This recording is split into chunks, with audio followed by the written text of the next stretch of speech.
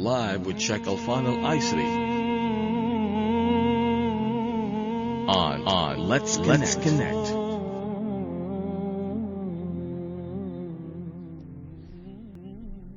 Assalamu alaikum. Welcome to your Ramadan radio program, Let's Connect. This is your host, Reem Audia, with the Honorable Sheikh Alfan Al-Aisri, taking us through this journey throughout the month of Ramadan. With us also is the sound engineer, Safiya Al-Habsi. Sheikh Alfan, Assalamu alaikum and welcome. Wa alaikum assalam wa rahmatullahi wa barakatuh, and thank you so much. Thank you, Sheikh Alfan. Alhamdulillah, yesterday our topic was about marriage. Yes. And there were a few points that we also need to touch upon. We didn't have time to continue yesterday.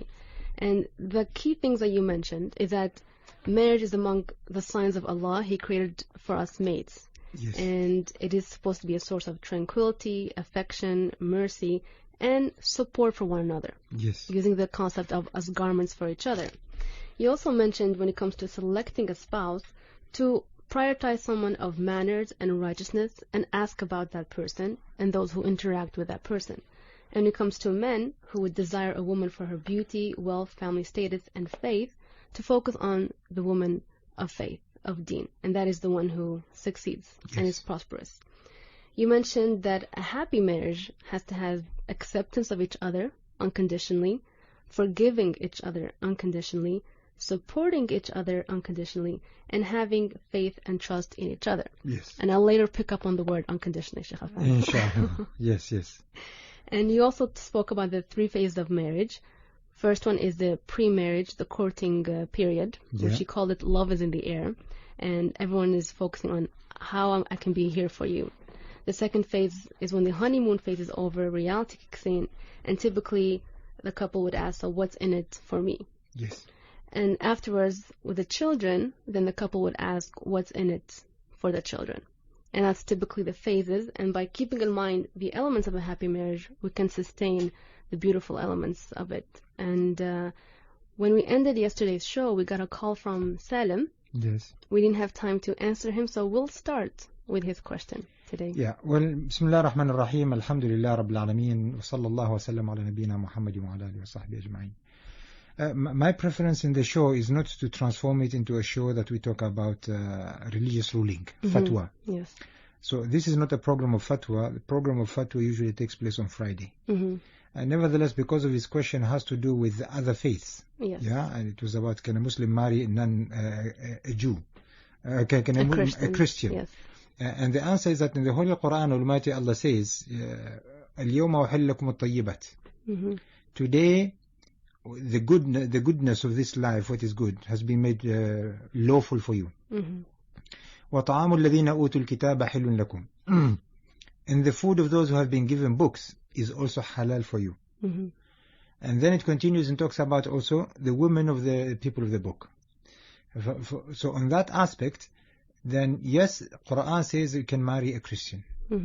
And whether she remains as a Christian or eventually she becomes a Muslim, then both cases, it is permissible for a Muslim to marry a Christian based on the Quran. Yes. But I would prefer that we don't get into that route of answering the religious ruling, which is fatwa, because this is not a program of fatwa. Yes. Yes. Okay. Thank you, Sheikh Alfan. We'd like to touch upon the elements, the qualities you spoke about of marriage, which are tranquility, affection, mercy, support. And we'd like to look at each element and understand what it means. Yes. So let's start with tranquility. Tranquility, peace. Almighty Allah refers to it as sakan. Sakan, which is a sukoon, which is something that is still. In other words, total tranquil. Homes is it's meant to be a place where people retreat to.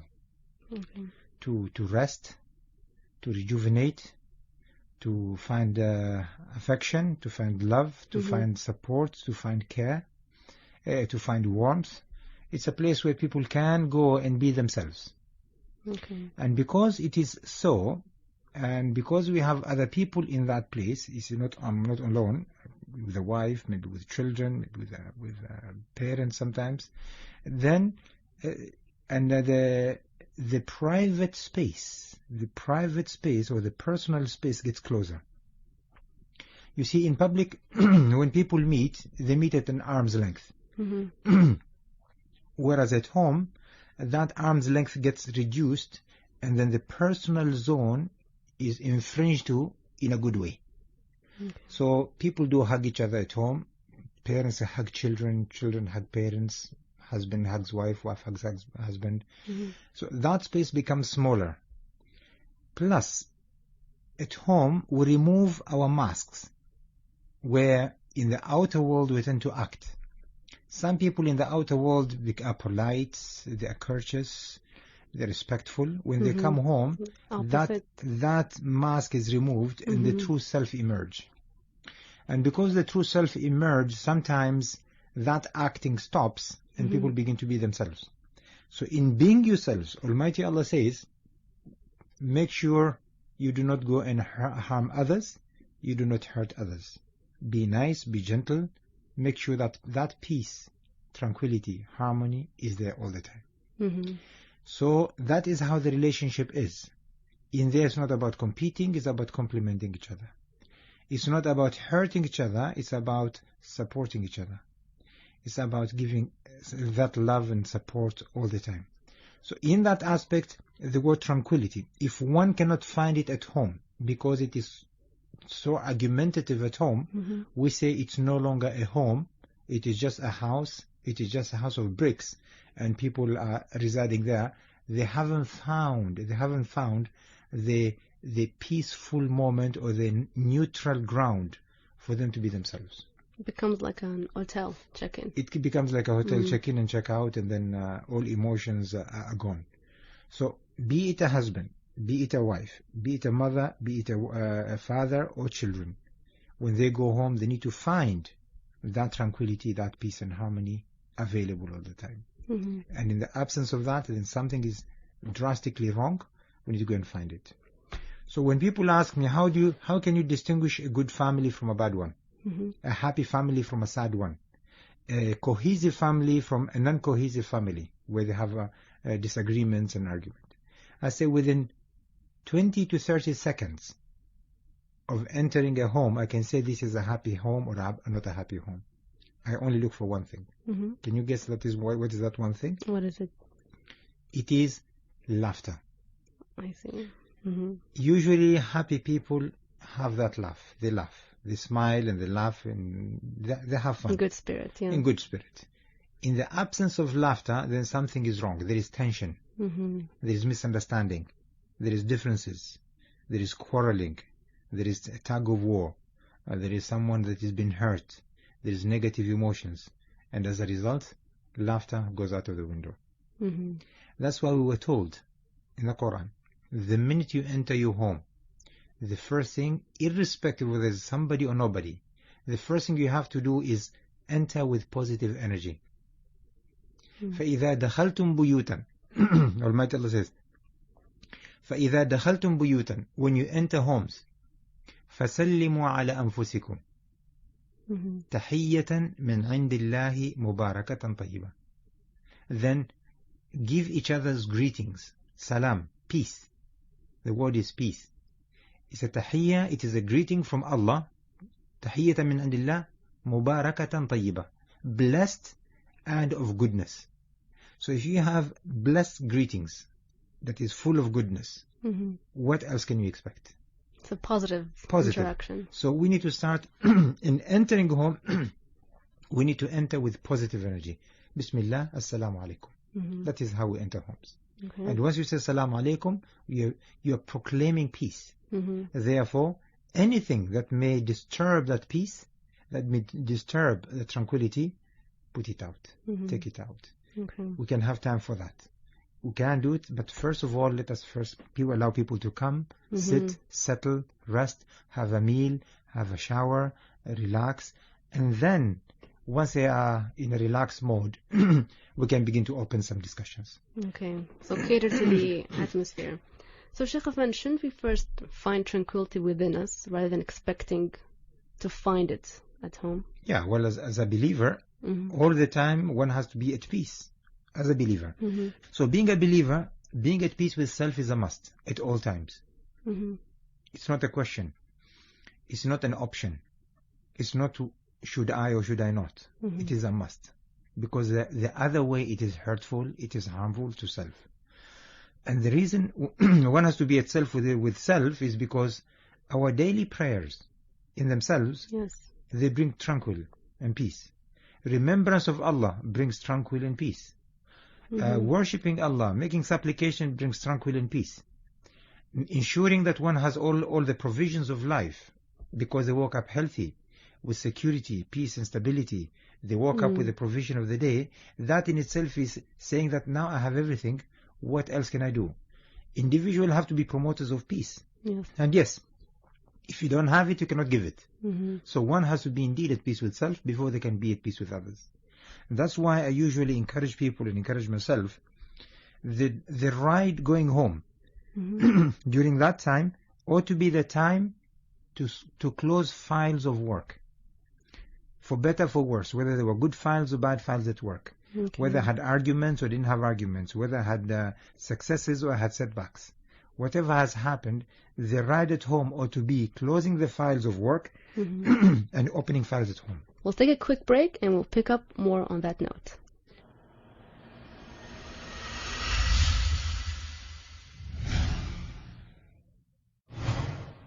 On the authority of Jarir bin Abdullah, may Allah be pleased with him, he said, the Messenger of Allah, peace and blessings of Allah be upon him, said, Allah has no mercy on one who has no mercy for others.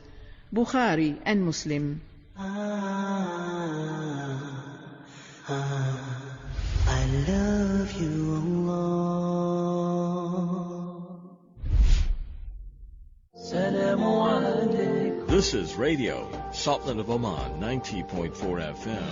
Salamu alaykum. Salamu alaykum. Salamu alaykum.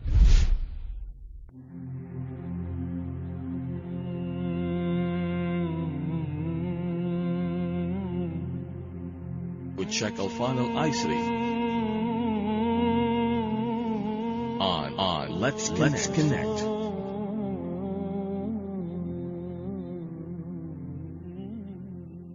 Welcome back to your Ramadan radio program, Let's Connect. Sheikh Affan, before the break, you're mentioning how to first be at peace with self, and you're mentioning how to close the files at work on the way home. Yes. Yes. And indeed, so the question is how to go and have a peace with self. Excuse me, I'm losing my voice because I'm on medication, so be patient with me.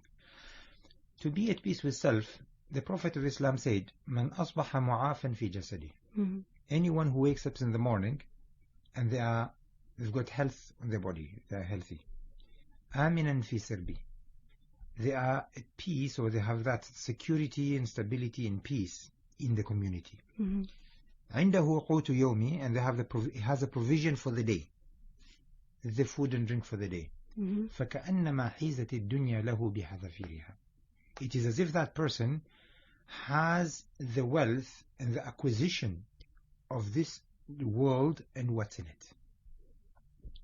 Waking without mentality, without mindset, saying that I have everything that I need, already puts me at peace.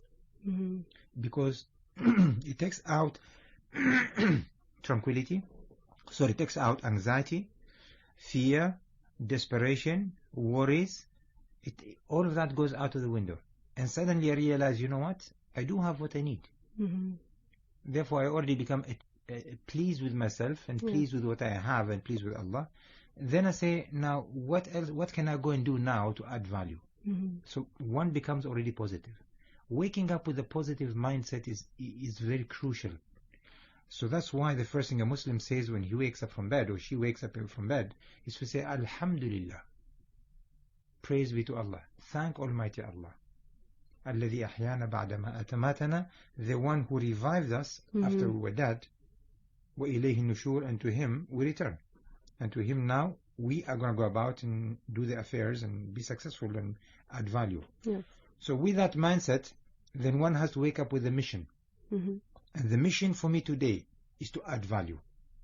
The mission for me today is to make a world better. The mission for me today is to spread that positive energy. The least I can do is smile.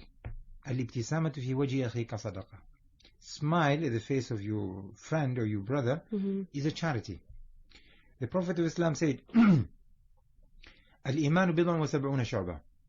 Belief is about 70 plus categories. أعلاها لا إله إلا الله. The highest category of faith is there's no one to be worshipped except Allah. وأدناها, and the least of all, is إماطة الأذى عن الطريق, is to remove any harm from the road. So, in other words, anything you can do to make the world better, it's a deed of act. It's an act of deed. It's an act of worship. It's an act of generosity. It's an act of donation to give. It's an act. So anything is charity. So do not waste time in finding opportunities. Be opportunistic and try to make the world better. Whether it is a smile, whether it is sharing knowledge, whether it is an act of removing some harm from the road or the path of the street, whether it is an act of teaching someone, whether it's an act of inventing something, whether it's an act of providing a service, whether it's an act of supporting someone. There are many, many, many opportunities that present themselves every day. And if we fail to capitalize on those opportunities, then we are missing an opportunity to leave a legacy behind and to leave goodness. So, if one does all of that, naturally, not only that person will be positive, but will be at peace with self and will have that positive energy also to go and influence. Because whether you like it, individually our emotions are contagious. If you hang around with people who are negative, you become negative. If you hang around with people who are positive, you become positive. It impacts. So it impacts. It's a choice. So one needs to find that positive energy to become the source of that positive energy to go and make other people's life better. And so that would naturally reflect in a marriage, and the person can be the source of positive energy in the relationship. Absolutely. Definitely, indeed, yeah. Beautiful. Now let's talk about affection. Affection. Affection, Almighty Allah refers it as mawadda. Mawadda, it is an affection based on companionship. So Quran talks about marriage as a companionship. What does companionship mean? It means that two halves have come together to make one. Which means that the role men and women play with each other, the husband and wife, is a role of complementing each other, not competing with each other. In that complementing role, the best way to make it is also to introduce emotions. Emotions where of affection, in other words, we only see the good in the other person. Because, as we know, love is blind. What do they say that love is blind? What do they mean by that? It means that when someone is in love with someone, they only see the positive in that person. Or you overlook the other elements. You overlook all shortfalls. And that is what has to be between a husband and wife. Yes, there will be times when you have good days and bad days, when you're in good mood and bad mood. There'll be times when we lose the plot and we get angry, we get, But that ought not to be the norm. That ought to be the exception. So most of the time, the relationship between a husband and wife ought to be based on affection, al-mawadda. Al-mawadda. And that mawadda is that you give before you ask. I should not say, if they do this to me, I'll do this. That's why we say that is why we say it is unconditionally. Don't put conditions in your marriage. If you do that, you'll get tired. Don't say, if you're nice to me, I'll be nice to you. In actual fact, I'm against the word nice, because the opposite of love is being nice to each other. Can you explain that more? Yes. You see, with love, you're proactive in trying to support the other person. With love, you are always giving that warm affection to the other person. With love, you give that time, quality time to the other person. So that is love, and that is affection. Okay. When love is out of the window, and people knowing that they have to be with each other, and they don't want to be nasty because they have children, suddenly they become nice to each other. Okay, I'll be nice to you, but that's it.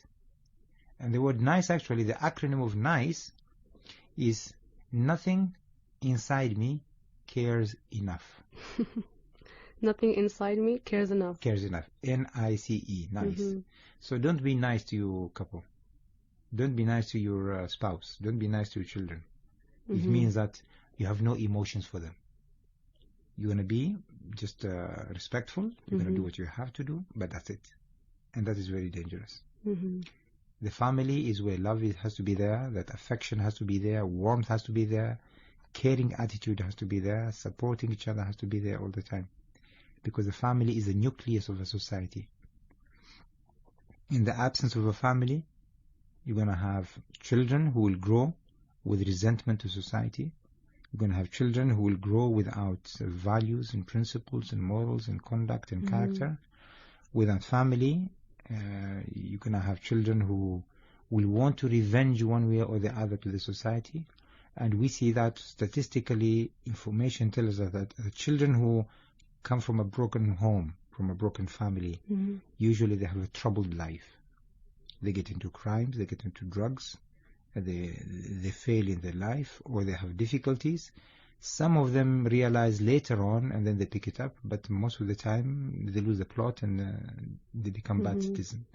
So again, make sure that family tie is always strong to ensure it is an umbrella where people can find that protection and be themselves and be supported.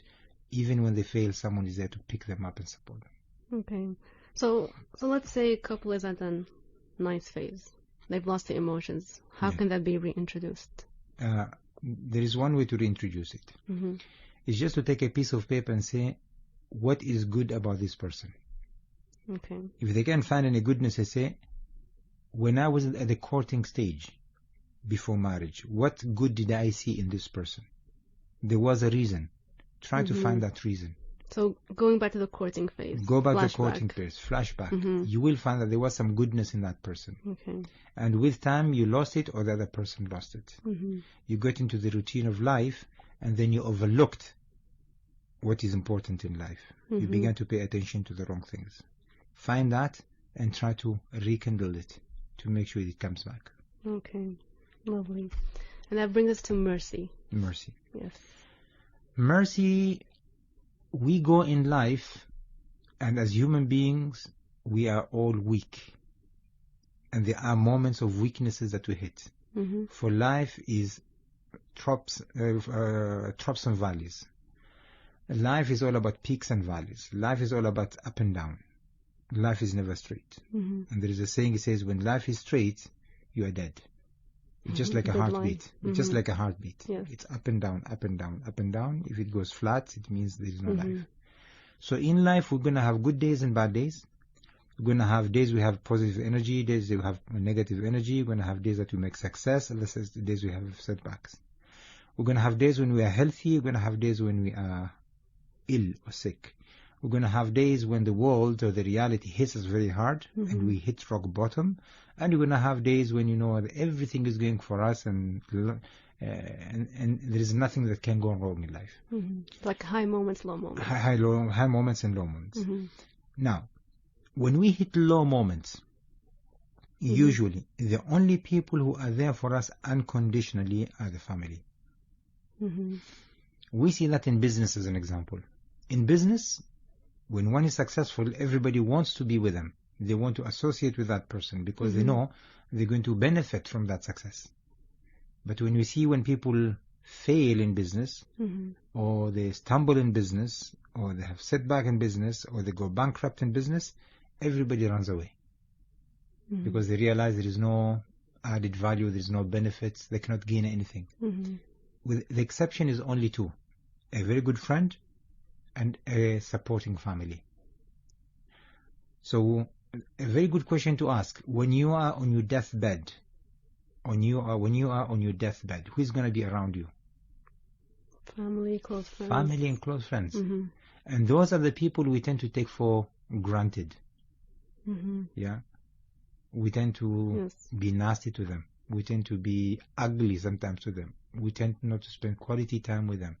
We give them the least of our priorities. Mhm. And because they're in our life, they cannot get out of our life. Sometimes we see them as a burden. But yet, those are the only people who are going to be with you at your deathbed. Mhm. Not other people who are there because they want to gain from you. Certain benefits. Yes. Yeah. And because of that, when we are in those moments, those are the moments to show mercy. Rahmah. In other words, to provide that support without seeing a benefit out of it. When we give that support, we give it without seeing the benefit from the other person, without gaining anything. When a spouse, a wife or a husband is there at the time of illness, they actually are the ones who have to go and carry the person, to support the person, but they get nothing out of it. There is no reward. There is no salary. We have a call, Sheikh Alfan. We have a call? Okay, Yes. let's go. Assalamu alaikum. Walaikum salam. Who's with us? My name is Shakil Akbar. Yes, Shakil. Welcome, Shakil. How are you? Sheikh Islam said that love is life. But some experts explain about love that love is lake of sorrows, ocean of tears, valley of death, and end of life. So I think that definition for those people who are unsuccessful in love. Do you agree with this definition? Can you explain more, Shakil? You said people who are unsuccessful in love? Lake of sorrow, ocean of tears, valley of death, and end of life. I don't understand It's the not question. clear. Some experts explain about love this. Okay? Okay. Okay, so I think this is definition for those people who is loser in love. Do you Okay. agree? Okay, thank you. Thank you for the question. Alright. Walaikum salam. Thank you, Shakil. So I think he was mentioning about love, some experts, how they define love. Yeah. And some are not successful in love. And the best thing is that in Islam, in Arabic, we say فَاقِدُ الشَّيْءِ لَا يُعْطِي. If you don't have it, you cannot give it to others. People who have low self-esteem, they don't love themselves, and as a result, they cannot love anybody else because they are bankrupt. They are bankrupt of positive emotions of self-like, of confidence, positive emotions of believing in themselves, positive emotions of seeing what is good in self and in others. And because they don't have that, they cannot give it. Yes. That's why you see people who are depressed, people who are guilty. It is others who try to give them energy. It is others who try to support them because they have nothing to give. Yeah. So they suck the energy from others to try and survive. So with love, it is the same thing. People who don't have that self-esteem, they cannot go and become suddenly good lovers. They cannot come be there and be good supporters. People with so low self-esteem, they cannot even add value to anybody because they cannot add value to themselves. They feel deprived. They feel deprived, they feel bankrupt, they feel worthless. And because of that mindset and that attitude and that thinking, they believe they are worth nothing. And if they are worth nothing, they are worth of giving nothing. They cannot give anything. Whether it is love, whether it is attention, whether it is support, whether it is care, whether it is even doing a service, they feel that they can do nothing. And the only thing they can do is be passive and just sit there. They cannot even serve themselves. They cannot go and get themselves a drink. Someone has to bring them that drink. Someone has to bring them food. Someone has to take care of them to go and take a shower. Someone has to drive them around. Someone has to take them to hospital. They become so dependent that they give nothing. They're just taking. That is the worst case scenario where self-esteem is absolutely, it is rock bottom. So the first thing is that if you want our children to be loving, if you want our parents or our spouse to be loving, the first thing we need to go is to protect their self-esteem. Okay. How to protect their self-esteem is to let them know what they are good at. And hammer the message of positive, what are they good at? Rather than keep on saying what they are not good at. Because as human beings, we are very good at identifying what is wrong with people and telling them. So praising the good things that they do. Praising the good thing and overlooking the shortfalls or the wrong things. Yes, some wrong things need to be fixed. Specifically, if they get repeated and they eventually become habits, it could be detrimental to them. So we need to go and fix it. But most of the time, we need to go and let them know what they're good at. Whatever small gesture they make, let us praise them, let us thank them, let us reward them with a kind word, with a pat on the back, with a smile, or even with a gift. And that way the self-esteem goes up. the more self-esteem goes up, the better we can get out of them. The more we can get out of them. So we see that classically as good coaches. Good coaches do that to their coachees. Good mentors do that to their mentees. They always find what's good in them, and they always try to praise it and bring it forth. And that is what the Prophet of Islam did with his companions. He was always praising the good in them and encourage them to give more, to do more with that goodness that they have. Whether it is a talent, whether it is a skill, whether it is a gesture, whether it is wealth that they have or knowledge they have, whatever they have, how to give with whatever they have. So they appreciate who they are to appreciate others. Indeed, yeah. Yes. Thank you, Shakil, for calling in. And the point before that you were mentioning is about showing support, giving support without expecting anything in return. Yes. I think that links to the unconditionally Absolutely. understanding. Absolutely. We'll take a quick break and we'll be back with more.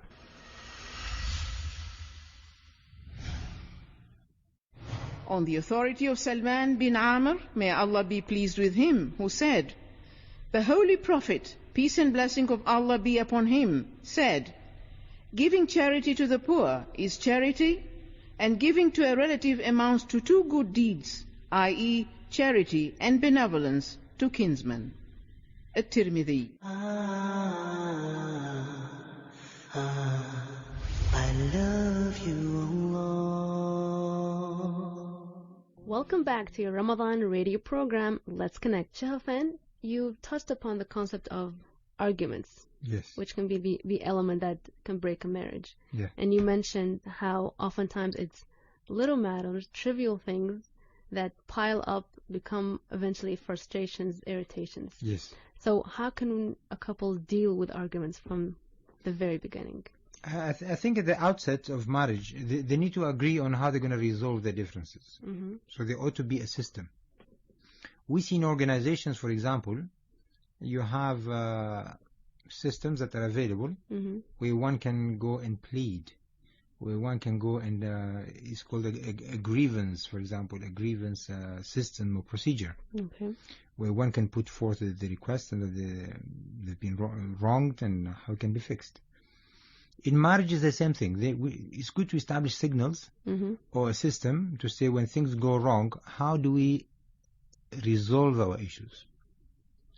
As an example, couple could agree that every time we differ or something that annoys us, we only get to resolve that in bedroom. Not in front of children, not in front of guests, not in front of anybody. Or it could be, you know what? No, we don't want our bedroom to be the place where we bring in the negative energy. When that happens, we will text each other. Or when that happens, we will wait, we'll get into the car, go somewhere, have a fight in the car, and then not fight in the sense of a physical fight, but our mental and word, and we sort it out. When we finish, we come back. Somebody once said to me, a better idea. We have a call, okay? And we'll go back to that point. Okay. Assalamu alaikum. Assalamu alaikum. Wa alaikum assalam. What's your good name? My name is Mubashir. Is this the 90.4 FM? Yes, it is. Okay. Right. Oh, right. Assalamu alaikum. Wa alaikum assalam. Wa alaikum Assalamu assalam. Alhamdulillah. I was just listening. I guess, I'm a bit late on calling because you've come to another topic, I was listening to your topic of,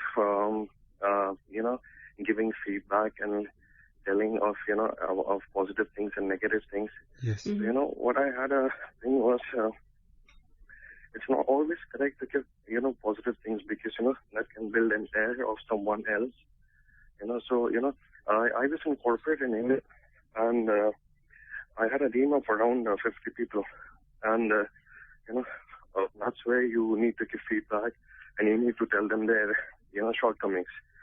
So there was a thing that I developed there, which is a sandwich, way of giving feedback and telling them how good they are. Which is sandwiches, like, you tell them the good points, and then you tell them their shortcomings, and then again, give them their positive things. So which is, in between the positive, you give them the negative.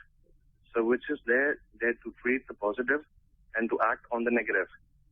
So it's like always giving someone positive is not good, and always giving in something negative is also not good. So it should be, a balance between a positive and a negative. Okay. Yes. Yeah, I didn't catch your name. What is your name? My name is Mubashir. Mubashir. Okay, thank you, Mubashir. Yes. Thank you. Thank you for Thank you, sir. calling. Thank you. Thank you. Yeah. So we'll get to that point, Sheikh Afan. Yeah. You were mentioning how Yeah. establishing signals. Yes, indeed. Yes. A couple once shared with me, they said, we made an agreement with my spouse, with my wife. Mm-hmm. Anytime we have to resolve an issue, we'll go to a public area, like Okay. a restaurant Mm-hmm. or a cafe. Because we know there we have to be polite. Yes, We public can- place. Public place. Mhm. So we sit there at a table having a meal, Mm-hmm. and then we discuss. And because between us there is a table, Mm-hmm. and it's full of food, etc., and people are watching us, and then the way we present our problem, first of all, we lower our voice. Mm-hmm. We don't shout. 2, we don't use bad language. 3, we don't use bad signs. Mm-hmm. Yeah, like frowning or Yes. using Your hands, body image. threatening body language. Mm-hmm. So we learned the only place that we can control our emotions and our physical movements and control our words and control the tone of our voice Mm-hmm. is in a public area. So we made an agreement. Okay. Every time we have an issue, for example, she will say, can we have dinner tonight at the restaurant? Mhm. Immediately I know that there is something wrong, we need to go and fix it. Can we have coffee at this place? I'll be waiting for you to have coffee at this place. Please meet Mhm. me there. And they agree on a time and they go and do that. And they say that we found that way, number 1, we do not bring the negative energy to our homes. Okay. Number 2, we avoid being rude to each other and being nasty to each other. Mm-hmm. Number 3, we learn to be not only polite, but courteous, respectful. And in there, we also learn to be good listeners. We listen to each other Mm-hmm. because we are forced to listen to each other. And that way we find that when you come back home, all is resolved, all is okay, things are squared. The culmination of it, the icing of the cake, is about being able to apologize. And that is one thing that a lot of people have difficulties with, Apologizing. apologizing. Mm-hmm. So he told me, he said, we agreed also. Okay. If the other person has a good case, Mm-hmm. and yes, one didn't make a mistake, whether intentionally or unintentionally, is to apologize. Okay. Sometimes it's just because the other person misunderstood. Mm-hmm. So if the person who misunderstood the issue and made an issue out of nothing, then that person who misunderstood will also apologize. Putting ego aside and just. Putting the ego Yes, aside. yes. It says that way, we found that is the best way to try and resolve issues. Mm-hmm. So, answering your question, arguments, you need to create a system and agree to that system with a few rules in that system that both parties agree to follow the system. Mm-hmm. Yeah, few things is that number 1, we have to be good listeners. Okay. Number 2, whoever is wrong has to apologize. Number 3, when the issue is closed, we do not open the subject again. Mm-hmm. We don't keep an archive. Yes, we put it to rest. Mm-hmm. Number 4, we try not to repeat the mistake time and time again. Mm-hmm. And number 5, in presenting the case and in listening to the case, let us remember to be courteous, to be respectful, to use the proper language, not to try and put the other person totally down to make them truly feel guilty all the way through. Mm-hmm. Yeah. So if we can abide by these 5, then I think it's a good system to establish around. So being a good listener, Yeah. apologizing if wrong, putting the topic to rest once Yes. resolved, trying not to repeat same mistakes, and to be courteous to Absolutely. each other. Beautiful.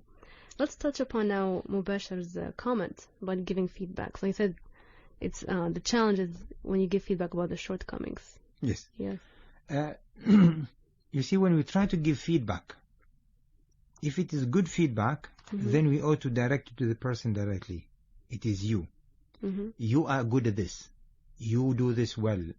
Yeah, I have noticed that you have this. We have a call, Sheikh Afan. Another We'll get call? back to that. Okay, Yes. we'll come back to that. Okay. Assalamu alaikum. وعليكم السلام ورحمة الله وبركاته. How are you doing? Alhamdulillah. How are you? Fine, thank you. السلام عليكم شيخ خلفان. وعليكم السلام, Brother Hatim. كيف حالك? Alhamdulillah. I have a question Yeah. about resolving issues between couples. Yes. Normally when there is an issue between couples, the man tends to resolve to the caveman theory. It means that he goes to sleep and he thinks about it, and the second day he becomes fresh. Yes. and not be frustrated about it. Yeah. But for women, they want to discuss about it immediately. So how does a couple resolve this issue between the caveman theory and the immediate response to the problem? Okay, good question. Thank you Jazakallah very khair. much. Shukran. Thank you for calling. So Yeah. we'll talk about the feedback, then we'll get to Hatim's. Yeah, inshallah. So with feedback, the good thing is that if it is positive, directly to the person immediately. If it is negative feedback, do not direct it to the person, talk about a behavior. So you need to distinguish between a person and behavior. Could you give an example of that? Example. Yes. Let's say, for example, someone is late at work. And that person, we need to go and fix that person being late at work. So first, and I like what Mubashir talked about, good, bad, Yes. and then good. Yes, the sequence. So we need to follow that sequence. Yes. So you say to that person, you have so many good qualities in you. You are good at your work, and whatever that quality the person has, you are respectful, and you are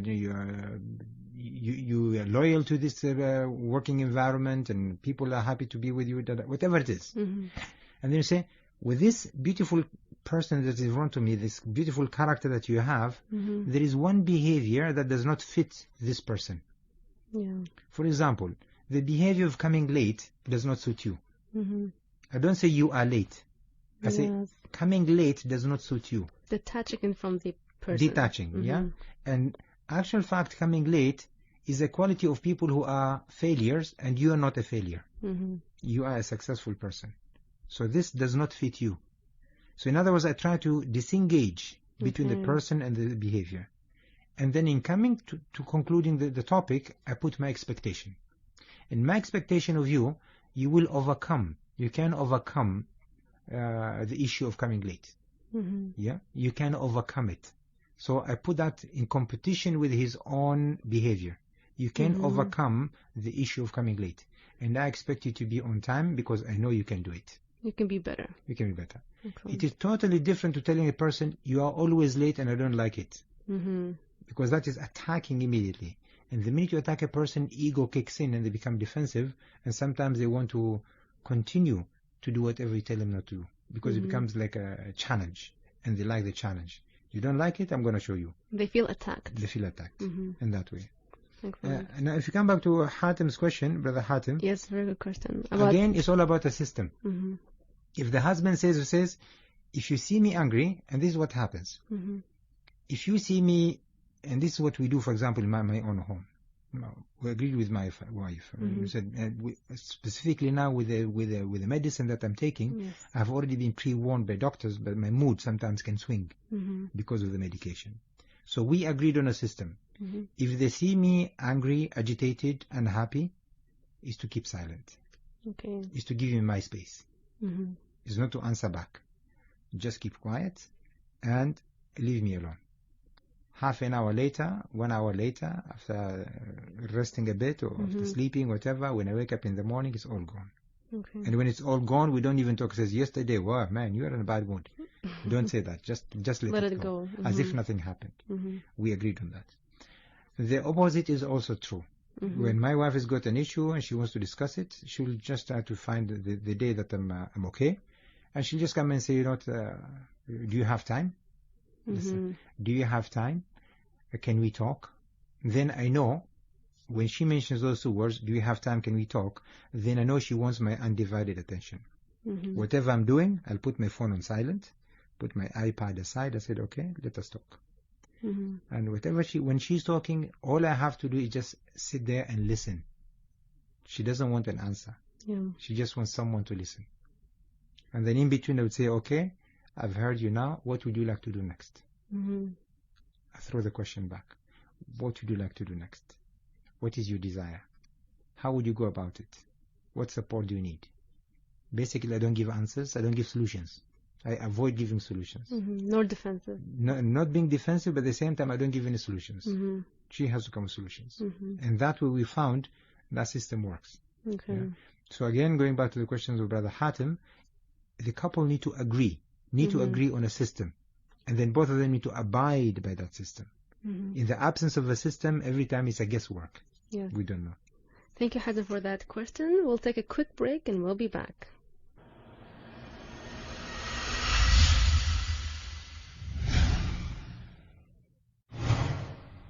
On the authority of Jarir bin Abdullah, may Allah be pleased with him, who said, the Messenger of Allah, peace and blessings of Allah be upon him, said, one who is devoid of kindness is devoid of all good. Muslim. Devoid means lacking or without. I love you, Allah. Salamu alaykum. This is Radio, Sultan of Oman, 90.4 FM. Salamu alaykum. Salamu alaykum. Salamu alaykum. Assalamu alaikum. Welcome back to Let's Connect. We have a call. Assalamu alaikum. Wa alaikum salam wa rahmatullah. Ahlan bik. What's your good name? This is Hisham al-Absalam. Hisham al-Salam. Ahlan bik. كيف حالك شيخ خلفان؟ الحمد لله. بارك عليكم الشهر الكريم. وانتم كذلك بارك الله فيكم. I have a question. Yeah, go ahead. Yes. If there is a communication problem between the man and their wife, Yes. and they are like not on the same page, Yes. Mhm. so is it healthy to involve a third party to solve their problem? Yeah, good question. Very good question. Inshallah. We'll answer that inshallah. Thank you, Hisham. Thank you very much. Thank you, brother Hisham. Good question. Yeah, Almighty Allah subhanahu wa ta'ala mentions in the Quran that there are stages of trying to resolve issues. Mhm. With women, for example, Almighty Allah says to women, وَإِنِ امْرَأَةٌ خَافَتْ مِنْ بَعْلِهَا نُشُوزًا أَوْ إِعْرَاضًا. When a woman fears that the husband is either nushuz, which is she fears from her husband that he is moving away from the marital requirement, obligations, fulfilling that contract, أو إعراضا, or he's turning his back onto her. He, in other words, not dedicating himself to serving her. And this is one thing we have to remember. In Islam, a man serves a woman. الرجال قوامون على النساء. Men are providers of women, so they are serving women. So men need to understand this. Which gets misunderstood. Misunderstood a lot. So if she fears the husband is moving away from the marital requirement, or he's turning his back onto her, he's not serving her, فَلَا جُنَاحَ عَلَيْهِمَا, then there is no harm, أَن يُصْلِحَا بَيْنَهُمَا صُلْحًا, that they find an arbitrator to try and mediate between the two, and to try and bring solution and resolution as well between them. Okay. So yes, in Islam it's a requirement. Another verse Almighty Allah says, وَإِنْ خِفْتُمْ شِقَاقَ بَيْنِهِمَا, and you fear, if the community fears that the two can no longer, as Hisham puts it, they cannot communicate, they're not on the same page. Yes. If you fear that it's going to lead to shiqaq, which is them separating or going different directions, وَإِنْ خِفْتُمْ شِقَاقَ بَيْنِهِمَا فَبَعْثُوا حَكَمًا مِنْ أَهْلِهِ وَحَكَمًا مِنْ أَهْلِهَا, then send forth an arbitrator from his family, an arbitrator from her family. So both families. From both families. The two are facilitators. Their job is to try and mediate between them to make it work. In yurida islaha, if the two arbitrators, if the two counselors wanted to make it work, yuwaffiq Allahu baynahuma, then Almighty Allah is going to support them to make it successful, that the two again see each other and face to face, and they understand each other, and they come back together. But the main thing is that now the outside influence that comes in, their job is to try to find a way to resolve the issue, to bring resolution, and for the couple to see what is good in marriage rather than what is bad. Sometimes, unfortunately, these mediators who come there, they take side. So from the husband's side, they take the side of the husband. From the wife's side, they take wife's side. And that is wrong. The two have to be neutral. So how can they select the right person? Selecting is all about selecting, again, people who are wise, people who are conscious, people who are conscious of Allah, people who are righteous, people who fear Allah. They will not go and do harm. Because now the instruction is from Almighty Allah. And in actual fact, a story is narrated that the second Khalifa, Umar, at one time a similar situation happened. A couple wanted to separate. because they didn't see eye to eye. So the Khalifa Umar said, can you bring me a representative from both families? So he said to the couple, I want a representative from your family and from your family.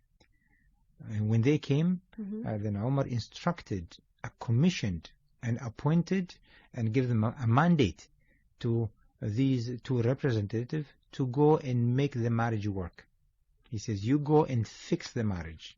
Already having that intention. It's a mandate. It was a mandate. Go and fix the marriage of these two. They went.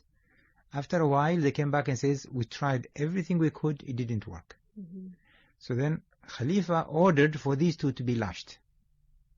The mediators. The counselors. He says, they need punishment. He says, one of the two is a liar. Either you're a liar or Allah is a liar. And Allah cannot be a liar. Allah says, "In yurida islahan yuwaffiq Allahu baynahuma." If the two of you had the intention to make it work, it would have worked. But you went there with wrong intentions. So you did not fulfill your duty.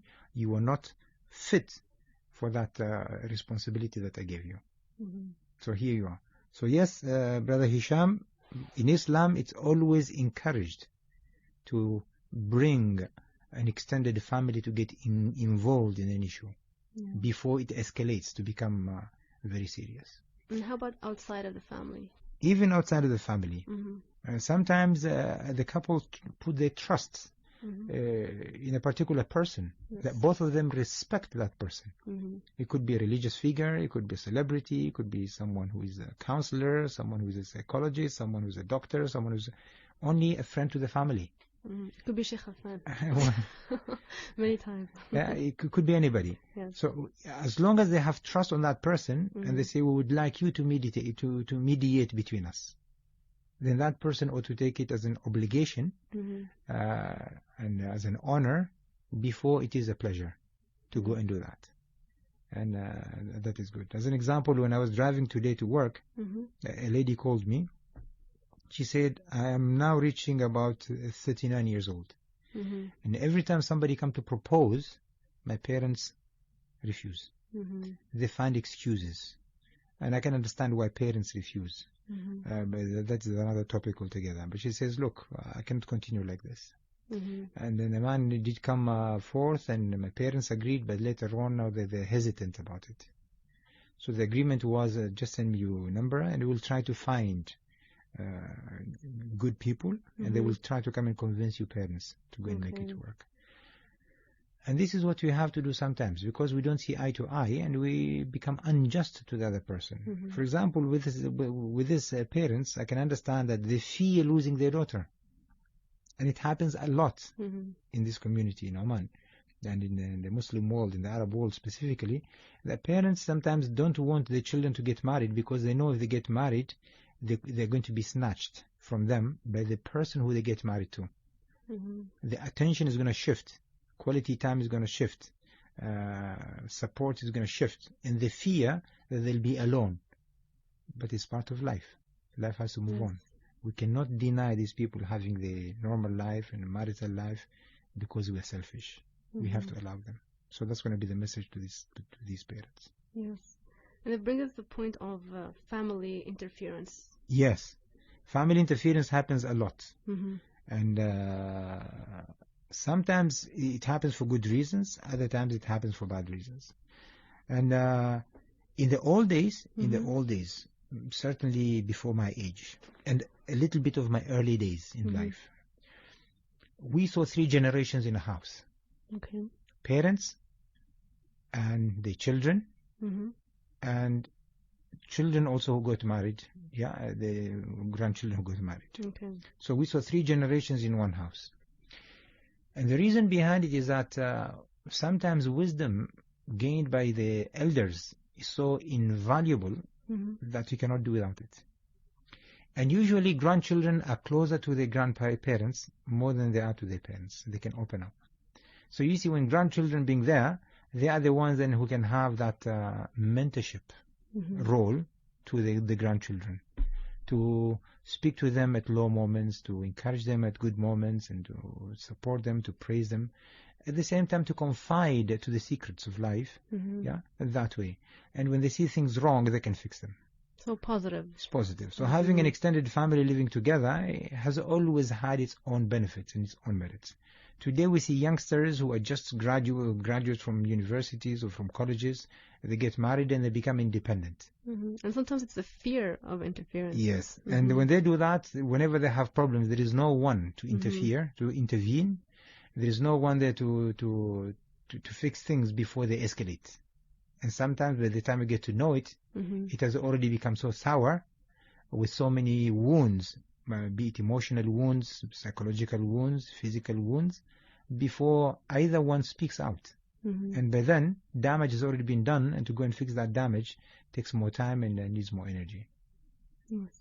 So Sheikh Affan, as we wrap up, what would be your advice for those who are finding difficulty in getting married? Marriage is a wonderful thing. Do not be scared of marriage. That's the first thing. Okay. It's a wonderful thing. It's a bliss. But make sure you select a wife or a husband for a good reason. Not for their looks, not for their wealth, not for their money, not for their status. But the first thing, look for two things. Look for religion and look for character. Religion, because if these people fear Allah and they are in peace with Allah, they can certainly be with peace with you. Yes. In other words, so look at for mannerism, for character, and look for values. Because being with Allah is all about values. It's about subscribing to highest moral values. So anyone who can do that can be a good person. At least if they don't love you, they will not hurt you, they will not harm you. Because they'll have that fear. Their conscience will always be acting. Beyond that is that you are there to complement each other, not to compete with each other. Yeah, and remember the four things. Unconditional support, unconditional acceptance, unconditional forgiveness, and then unconditional trust in each other. Doing so, you stand a good chance of having a good marriage. Inshallah. And on that beautiful positive note, thank you very much, Sheikh Alfan. Thank you for your insights. We come to the end of our show, Let's Connect. We'll be back tomorrow from 11:30 a.m. to 12:30 p.m. Repeats 9 p.m. to 10 p.m. You can also find the episodes at facebook.com/321connect. From all of us here, Assalamu alaikum with peace and love.